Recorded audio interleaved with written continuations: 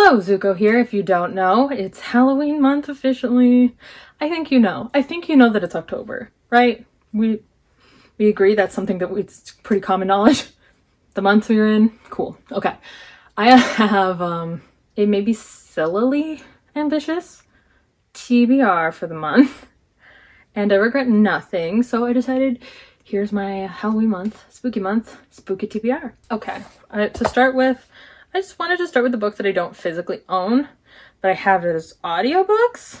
So the first one is Ocean at the End of the Lane by Neil Gaiman. I am not really sure what this book is about, but I've been wanting to read through Neil Gaiman's backlog, and I think I have this on Audible. I think it was like on sale once, so I bought it. So I don't know what this is about. I think it's like urban fantasy, maybe horror. I hope it's horror. Anyway, I want to read that. Then I want to read Horror Store by Grady Hendrix. I've read a couple of Grady Hendrix's books so far. I've read Southern Book Club's Guide to Slaying Vampires, or whatever it's called, and My Best Friend's Exorcist, and I liked them. I liked them well enough. To be fair, I think they could be more horror-y, but I think Grady Hendrix tries their best, right? This one is like a horror novel set in essentially an IKEA store, and I wanted to buy this like years and years and years ago, and it wasn't in stock at my local store, and it was like on my wish list for a long time, and then I have the audiobook. I have the audiobook now, and I'm so excited to read it. It's like up there. It's like something I want to knock out at the beginning of the month, because I think that's just a really funny concept. Then there is Another Name for the Devil by Mason, I think, Deaver. This is a Audible exclusive horror novella that Mason wrote, and I am super excited to get to it. I didn't get to it last year, so I'm gonna do it this year. Don't know what it's about. Then I have the audiobook for The Picture of Dorian Gray, or A Picture of Dorian Gray, and I didn't write down the author, so I'm sure you know who the author is, because I don't remember. But this is a book about a like pompous rich guy, I think, who gets his portrait painted, and every time he looks at the portrait it gets uglier and uglier, and it like I think represents the ugliness inside of him. And I don't know, I have the audiobook, so I'm like, I'm gonna read this. I haven't read a lot of like classic anythings, so that's on my TBR. And yeah, that's it for all of the ones that I just have for audiobooks. But of course we are not done, are we? No. We have I'm just gonna grab this stack so you can tell me that I'm being incredibly unreasonable in what I think I can accomplish in a month. And like, I don't know that I actually think I'm being that unreasonable. Oh, it's heavy.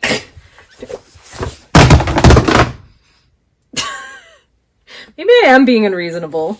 That makes me feel like I'm being unreasonable. Okay, let me try this again. Give me a second. Oh my god, why is there more?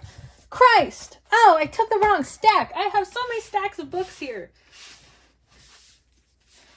This is the wrong stack of books. This is the right stack of books. Attempt number 2. Oh, don't drop it. This right here is my ambitious fucking October physical TBR. We're gonna start at the beginning, and when we get to the end, we're gonna stop. Does that make sense? Cool. We're gonna start with the paperbacks because they're what's on the top here. Of course, every year on Halloween, I read Coraline by Neil Gaiman, and I'm not gonna stop. I like to try and read it and watch it on Halloween. Whether or not that'll happen, I don't know. I also always watch Over the Garden Wall on Halloween and like prepare for the NaNoWriMo kickoff. So we'll see how this goes. This, if you don't know, and you haven't read the book, and you haven't seen the movie, this is about a girl who moves into a new house, and there's a mysterious locked door in said house, and when she finds the key and unlocks it, she goes to an alternate version of her reality that is made specifically tailored to her, and she meets her other mother. And her other mother says she can stay here forever as long as she lets her sew buttons into her eyes. And Coraline's like, it's kind of fucked. So yeah, I'm so excited to read this. Like every year, it's never bad. I'm gonna put all these together. They go together. Okay. So last year I read Things Have Gotten Worse Since We Last Spoke by Eric LaRocca, and I was like, that was fucked up.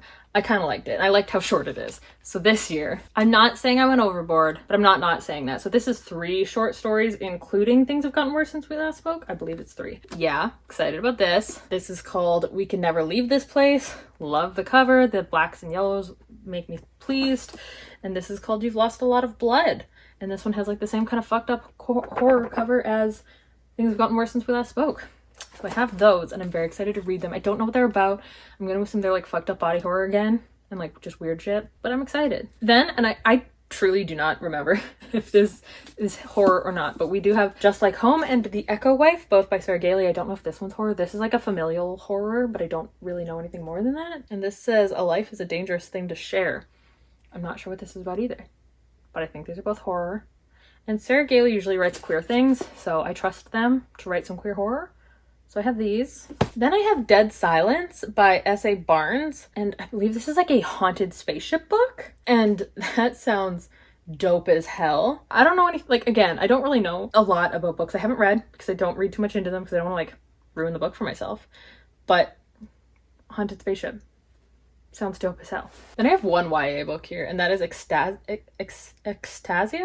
by Claire Legrand. They are the author of The Sawkill Girls, which I really liked. That was like a local monster mystery book, and I don't know what this is about. I think it's like a witchy horror book. Yeah, I don't know, but I have this, so I want to read it. Then I have Nightbitch by Rachel Yoder, and I just like kind of read the inside flap, and it's like an artist turned stay-at-home mom is convinced she's turning into a dog.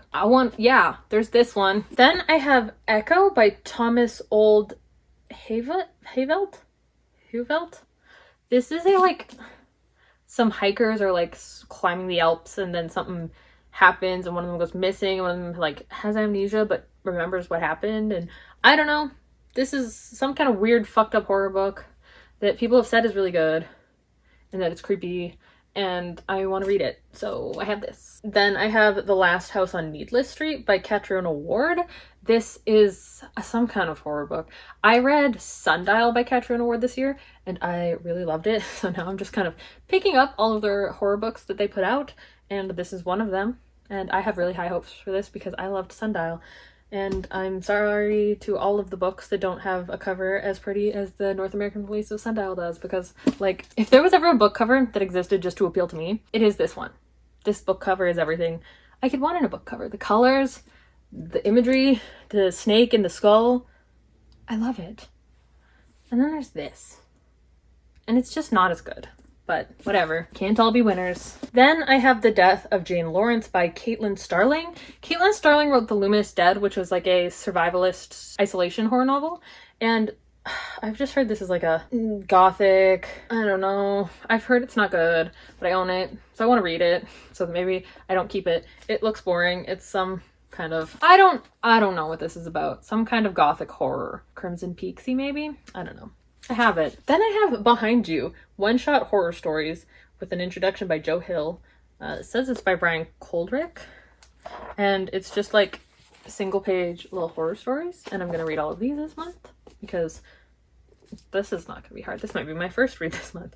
Who knows? This was also on my like wish list for a really long time, and then I happened to run into it super cheap, so I picked it up, and I'm super excited to get to it. And lastly, but by no means leastly, it's The Haunting of Hill House by Shirley Jackson. The Haunting of Hill House Netflix series has become a Halloween month staple because it's so good, and I know that it's like inspired by the book, not so much like an adaptation of the book. And this book is more of a haunted house book, and the other one's more like a familial haunted horror drama thing. But I'm super excited to read this. I've heard it has like just really good eerie descriptions as you realize that something is maybe wrong with the house. And I'm so excited to read this. So yeah, that's it. That's the 84,000 books that I want to read in October. Let me know down below how many you think I will actually read this month. I'm hoping all of them. I'm not holding my breath for all of them because some of them are like long. And I don't love me a long book. I wish I did.